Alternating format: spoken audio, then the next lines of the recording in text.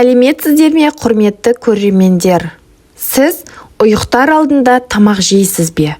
Көп адам бұл зиян емес деп ойлайды, бірақ кейбір тағамдар түнде ағзаңызды оятып жібереді.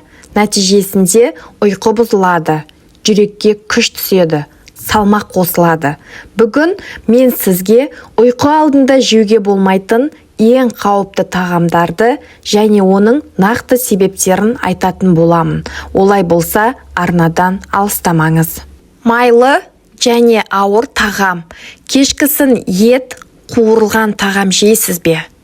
Майлы тағам асқазанда ұзақ қорытылады, яғни 3 сағат пен 6 сағат аралығында қорытуға уақыт кетеді.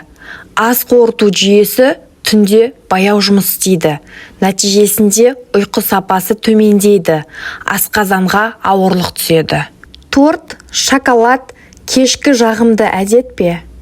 Әрине жоқ. Қант қандағы глюкозаны күрт көтереді. Инсулин бөлінеді. Ол миға ояу бол деген сигнал береді. Нәтижесінде ұйықтай алмайсыз.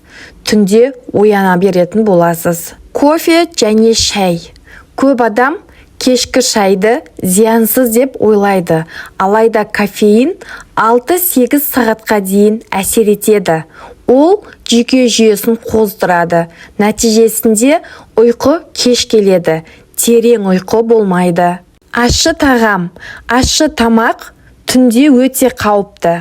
Асқазан қышқылдығын арттырады, қыжыл, яғни изжога пайда болады. Жатып қалған кезде одан сайын күшейеді.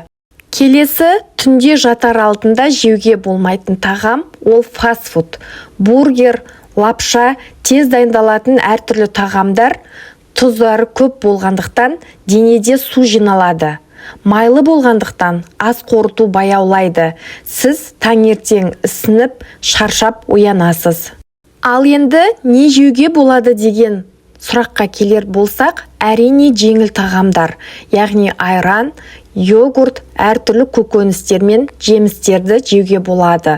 Сондай-ақ бананды аз мөлшерде жеу керек. Оның құрамында магний бар. Ол бұлшық етті босаңсытады.